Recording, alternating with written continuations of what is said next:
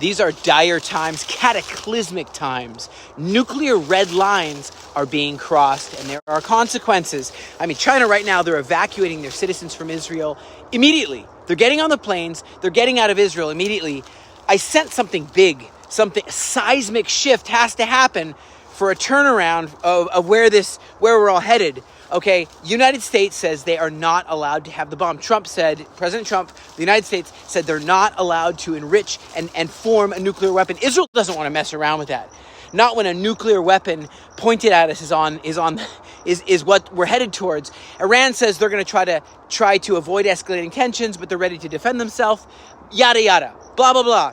They're hell-bent on our destruction, on the destruction of the West, and they realize that a lot of their proxies are weakened right now. Home now.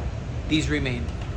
They know they have to do something big, or else their entire plan, their axis of evil, their whole plan will fail. And new intelligence obtained by the United States, it's on CNN, it's everywhere, that Israel's ready to strike Iran's nuclear facility right now.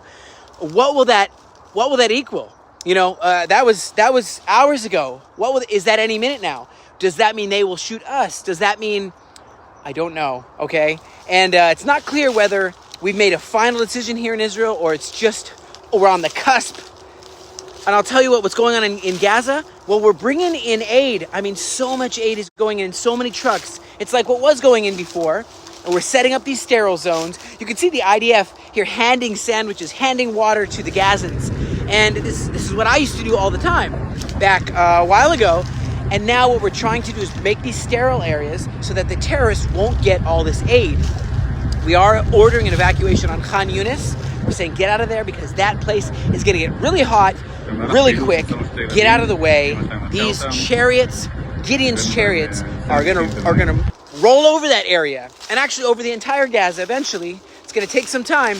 And it's so sad when you see these heroes fall in battle. Yosef Shiriak. You know, you see him receiving a gift here, and it reminds me of what I used to do. I used to always give these gifts to the soldiers. Many of them I'd give like beef jerky, and thank you for sending beef jerky. I have so many flashbacks of giving beef jerky, giving some gift to fellow soldiers, and then right after that was like the last time that I would see them. And that's what happened here. This is the last video of Yosef.